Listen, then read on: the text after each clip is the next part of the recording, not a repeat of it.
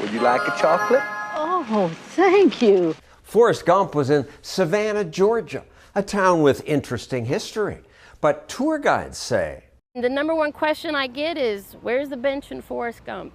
Michelle Freenor offers walking tours. We are going to do a 90-minute history tour of Savannah. She gets good reviews from customers, but her business almost didn't get off the ground because Savannah's politicians say to be a tour guide, you have to get a license. I had to pass a college-level history exam with tons of obscure gotcha questions. It could be 3 to 5 months of studying it because it was about 120 pages. I had to map out where I was standing, what I was saying. Tour guides need licenses? In some cities, you have to have a license just to tell stories.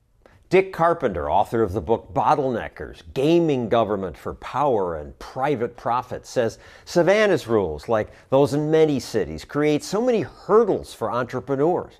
Not only did Michelle have to pass a difficult history test, She also had to do a criminal background check, which meant she had to give a urine sample and a blood sample. She also had to go through a physical fitness test, and then she had to pay fees to the city as a result. $100. And yet the test asked no questions about subjects covered by the most popular tours. You know, the most popular tour in Savannah is a ghost tour. So she complained to a city official. There's no ghost questions on this test. And he goes, because ghosts aren't real. There were no questions about the making of Forrest Gump either. Stupid is as stupid does. Even if guides give Forrest Gump tours, ghost tours, or food tours, they had to take the test. The city was making a nice amount of money for people failing this. A lot of people think that this fee is just another money grab by the city. Alderman Bill Durrence says it's important to license tour guides. I hear a lot of tour guides saying things that make me cringe because it's just not accurate information. And so the licensing and the testing I thought was a good idea just to make sure people had the accurate information. Politicians in a bunch of other cities agree. They demand that tour guides pass tests. The turning point for Michelle came when she got sick. When I told them, hey, I don't think I could pass the physical this year, I was actually told by a city official, well, I guess you're going to have to find another occupation. There were a couple of points that maybe went a little too far in the licensing process, having to have the physical exam periodically, maybe the cost of the test. They basically said, if you don't like it, you can sue us. And when they said that, that's what I did. With the help of the law firm, the Institute for Justice, she sued Savannah, and Savannah removed its licensing rule.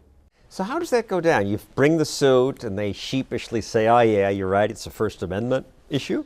I wish it were that easy. There's discovery, depositions are taken, and so the city often, months, often years, they realize that this was, in fact, a First Amendment issue, and they stood to lose. Savannah was just one of their victories. You want a Washington, D.C. tour? Just $10.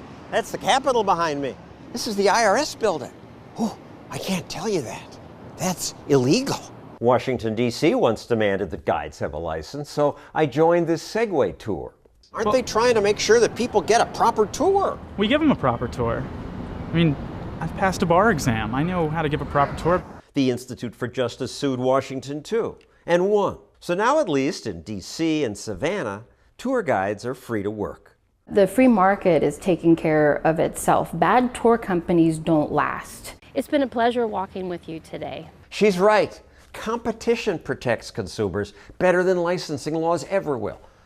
But politicians always want more control over you. Little by little, we've managed to get control of some things, but we still don't have control over a lot. Yes, you do.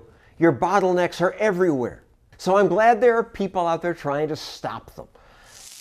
In our next bottlenecker video, we'll cover the fight over food trucks. I could have lost it all.